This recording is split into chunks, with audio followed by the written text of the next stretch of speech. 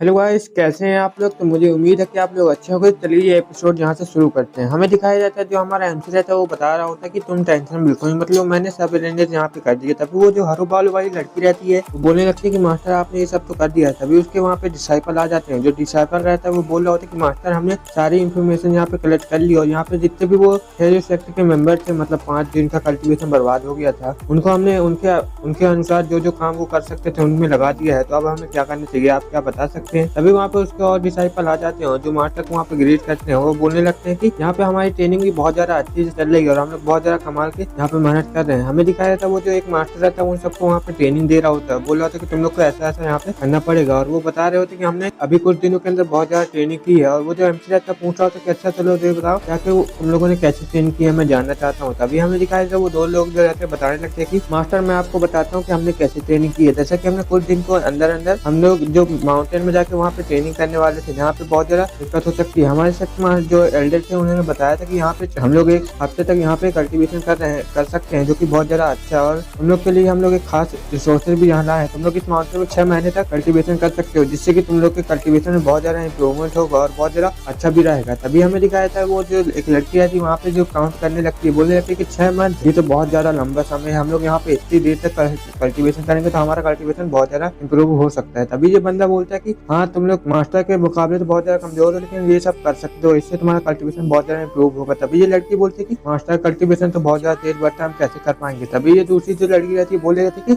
मेरा मानना ये है कि हम लोग अगर अच्छे से कल्टीवेशन करें तो हम लोग बहुत ज्यादा आसानी से मास्टर को भी अपीट कर सकते हैं। एमसी जो बोलता है कि हाँ ये बहुत ज्यादा अच्छा है, तुम लोग ऐसे ही मेहनत करते रहो। तभी हमारा एमसी जो रहता है बोल रहा होता है अपने जूनियर को जब तुम बड़े होकर चलो हम तुम्हें तुम्हारे बड़े भाई के पास तुम्हें मिलवाने ले चलते हैं। ये बात सुनकर वो बंदा जो रहता है उसका स्टूडेंट बहुत ज्यादा हैरान हो जाता है। जो हरो वाले लड़की रहती है वो बोल रही थी कि अच्छा मास्टर अगर आप यहाँ से जा रहे हैं तो तब तक मैं यहाँ पे कुछ तैयारी भी कर लूंगी। तभी हमें दिखाया था आधे घंटे बाद जो हमारा एमपी रहता है वहाँ पे एक पोर्टल खोलने की तैयारी करने लगता है। बोल रहा होता है कि इस पोर्टल के जरिए हम लोग उसके सेक्टर में बहुत ज्यादा आसानी से पहुंच जाएंगे। तभी जो हमारा वो रहता है स्टूडेंट वो वहाँ पे कवर जबर पहन के आ जाता है। बोलने लगता है कि अब मैं बिल्कुल ज्यादा तैयार हूँ, मैं वहाँ पे जाने के लिए बिल्कुल तैयार हूँ, अपने भाई से भी मिल सकता हूँ। हमें दिखाया था जो एमसी रहता है वो बोल रहा होता है कि आखिर तुमने ये कैसे कवच पहन लिया, वो तुम्हें खा थोड़ी नहीं जाएगा, तुम उससे इतना रेटे क्यों हो, मुझे तो आज तक ये समझ में नहीं आया। तभी हमें दिखाया था जो हमारा एमसी रहता है वहाँ पे एक पोर्टल खोलने लगता है और जो उसका डिसाइपल रहता है वो बोल रहा होता है मास्टर ये पोर्टल तो कितना ज्यादा बड़ा है ये और पोर्टल से बहुत ज्यादा अलग लग रहा है, क्या इसमें कुछ खास बात है। तभी हमें जो एमसी रहता है बोल रहा था कि तुम बिल्कुल भी टेंशन मत लो, तुम्हारा जो जूनियर है उसने मुझे एक लेटर दिया था जिसमें इस पोर्टल की रेसिपी थी। तभी जो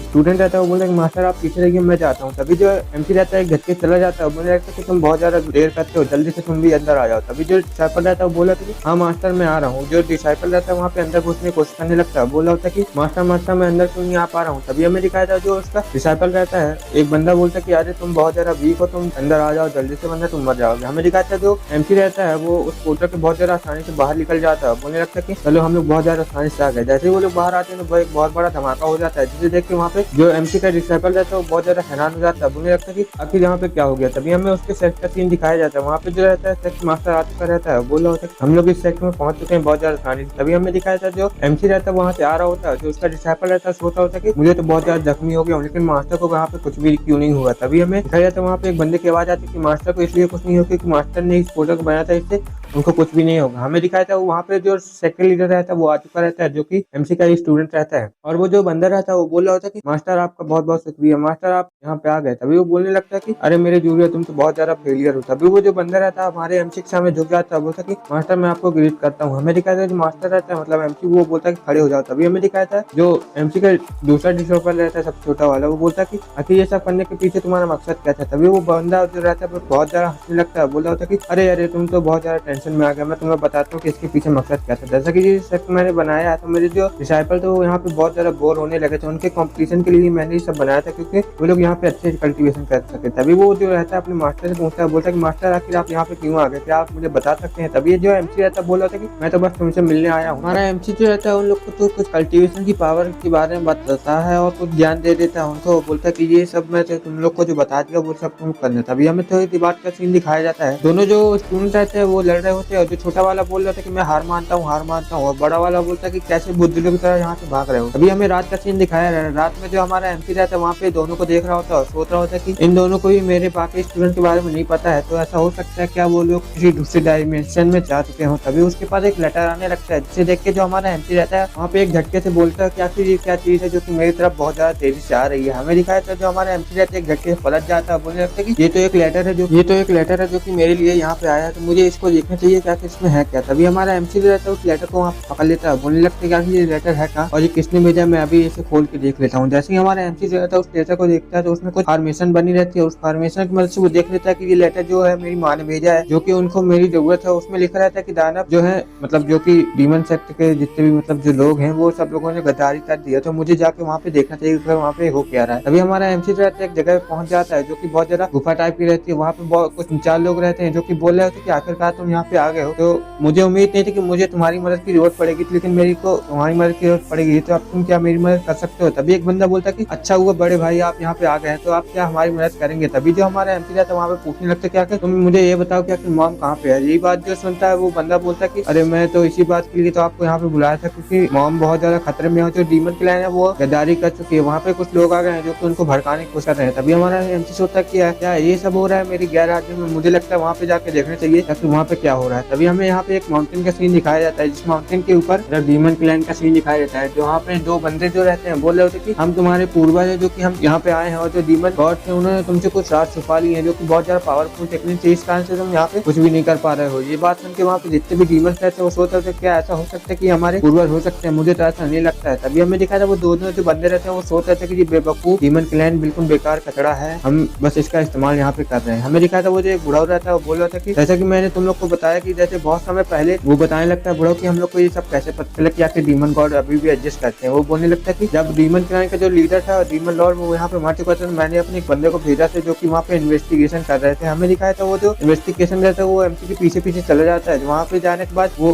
उसको किस्मत अच्छी रहती है, जिस कारण से उसको पता चल जाता है कि वहाँ उस बंदे की किस्मत बहुत ज्यादा अच्छी रहती है, जो कि उसको पता चल जाता है कि वहाँ पे डीमन गॉड अभी भी जिंदा है और वो अभी भी लेकिन बहुत ज्यादा कमजोर है। इस फायदे का हम उठा के हम लोग डीमन क्लैन में जाकर उन लोग को बता सकते हैं कि हम लोग उनके एंसेस्टर हैं जो कि यहाँ पे आ चुके हैं। वो लोग ऐसा ही करते हैं और वो जो डीमन क्लैन रहते हैं उसमें पहुंच जाते हैं और बोलने लगते हैं कि हम तुम लोग के इंटरेस्ट मतलब पूर्वज हैं जो कि बहुत ज्यादा ताकतवर हैं, लेकिन तुम्हारे पास वो सब पावर नहीं है जो कि डीमन गॉड ने तुमसे वो टेक्निक छुपा ली है। हमें प्रेजेंट का सीन दिखाया जाता है, वो बंदा जो रहता है बोल रहा होता है कि हम लोग इनकी मदद से जिंगा जैन की जो पुस्तक है वो भी ले सकते हैं बहुत ज्यादा आसानी से। तभी ये बंदा बोलता है क्या तुम लोग को वो सब चाहिए कि नहीं चाहिए। तभी वहाँ पे जितने भी बंदे रहते हैं वो बोल रहे थे कि हाँ हमें चाहिए। तभी वो बंदा जो रहता है वहाँ पे अपना एक आर्टिफैक्ट निकाल लेता है, बोलने लगता है कि चलो हम लोग इसको अब इस्तेमाल करते हैं और उस एंशिएंट टेक्निक को यहाँ पे लाने की कोशिश करते हैं। हमें दिखा है वो लोग जो रहते हैं फॉर्मेशन बना लेते हैं जिसके अंदर से बहुत ज्यादा एनर्जी निकलने लगती है। जैसे एनर्जी निकलती है तो उस फॉर्मेशन के अंदर से वही एक त्रिभुज टाइप का कुछ निकलता है जो कि वहाँ पे कुछ करने लगता है, बहुत ज्यादा ठंडा अटैक वहाँ से निकलने लगते हैं। तभी हमें दिखाया जाता है उसके ऊपर एक प्रेशर पड़ने लगता है जिस कारण से वो जो रहता है पूरी तरह से वहाँ पे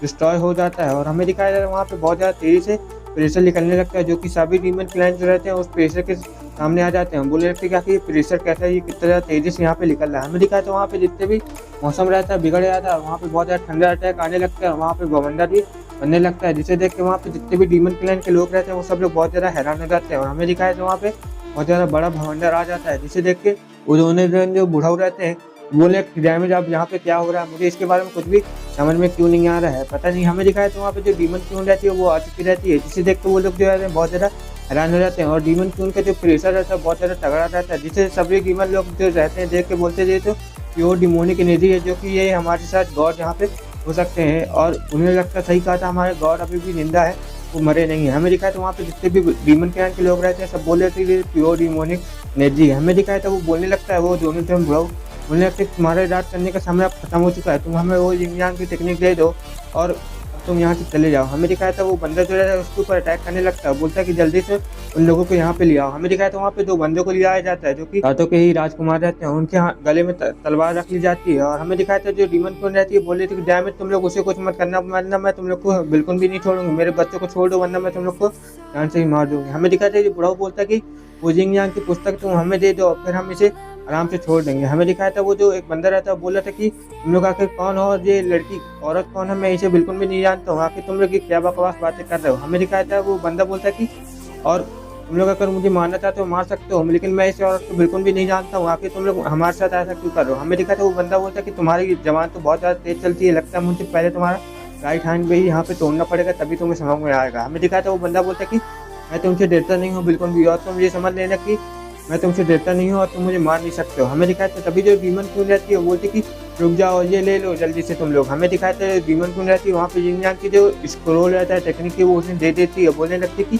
इसे ले लो और मेरे बेटे को वहाँ पे छोड़ दो। हमें दिखाया था वो बूढ़ा जो रहता है उसे देख के बहुत ज़्यादा हैरान हो जाता है, बोलने लगता है अच्छा ये है जिंग की पोशाक। वो बूढ़ा जो रहता है उसको ध्यान से देखने लगता है, बोलने लगता है ये तो सिर्फ यांग की बस ये तो है कि बाकी जिंग इनकी कहाँ पे है। तभी वो बूढ़ा हो रहता है उसका गला पकड़ लेता है उसके वो लड़के का, बोलने लगता है कि तुम मुझे बाकी की टेक्निक भी दो वरना मैं बिल्कुल भी नहीं छोड़ूंगा, मैं यहाँ पे जान से ही मार दूंगा। हमें दिखाया था जो वो बंदा रहता है बोल रहा था कि तुम मुझे देती हो कि नहीं देती हो, वरना मैं इसे यहाँ पे जान से ही खत्म कर दूंगा और तुम यहाँ पे कुछ भी नहीं कर पाओगी। हमें दिखाया था वहाँ पे जैसे वो उसका गला पकड़ने वाली रहती है तभी जो डीमन क्वीन रहती है वहाँ पे बहुत ज़्यादा गुस्से में आ जाती है, बोलने लगती है कि उसे कुछ मत करना वरना मैं तुम्हें बिल्कुल भी नहीं छोड़ूंगी, मैं तुम्हें बता देती हूँ मैं तुम्हें यहाँ पे जान से ही मार दूंगी और तुम्हें यहाँ पे कोई भी नहीं बचा पाएगा। जैसे जो डीमन क्वीन रहती है वहाँ पे ऐसा कहती है तभी उसके हाथ में एक पत्थर आके लगता है जिसकी मदद से वो बंदा जो रहता है वहाँ पे छूट जाता है। वो जो बोलने लगता है डैमेज अब यहाँ पे कौन आ रहा है मुझे बिल्कुल भी नहीं समझ में आ रहा है, वो बहुत ज़्यादा तेजी चिल्लाता है, बोलता है कि कौन है यहाँ पे मेरे सामने आओ। तभी हमें दिखाया तो वहाँ पे एक आवाज़ आती है, बोलने लगती है कि मैं तुम्हारे यहाँ पे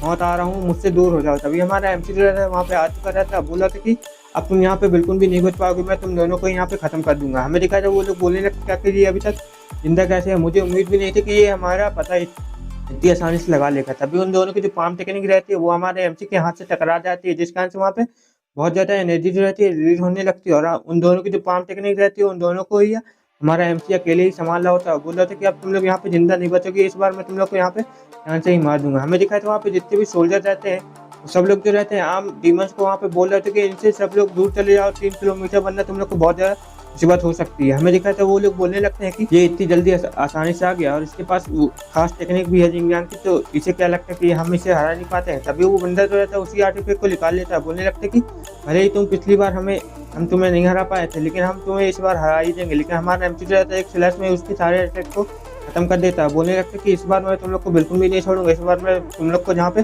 जान से ही मार के खत्म कर दूंगा। हमें दिखाया था जो बंदा रहता है बोल रहा था कि हालांकि तुम्हारे पास स्पेस की पावर है लेकिन तुम ऐसा बिल्कुल मत समझना कि हमारे पास कोई भी रास्ता नहीं है तुम्हें खत्म करने के लिए। तभी ये बंदा बोलता है बुढ़ाऊ से दूसरे वाले से जाके तुम वहाँ पे खड़े खड़े क्या देख रहे हो, क्या तुम मेरी मदद नहीं करोगे क्या, जल्दी से आओ मेरी मदद करो। ये बात बोलते ही है तभी जो दूसरा बुढ़ाऊ रहता है वो उसके ऊपर एक झटके से अटैक कर देता है, बोलता है कि हाँ मैं आ रहा हूँ तुम्हारी मदद करने के लिए, और उसके ऊपर अटैक कर देता है। बोलने लगते कि अब तुम यहाँ पे मरो और तुम यहाँ पे मर के स्वर्ग में जाने की आखिर तुम्हें कैसा महसूस होता है। हमें दिखा है वो बंदा तो बोलता है कि आखिर तुमने ऐसा क्यों किया, और यहीं पे एपिसोड खत्म होता है। एपिसोड पसंद आया तो लाइक कर देना और चैनल को भी सब्सक्राइब कर देना। Okay bye bye.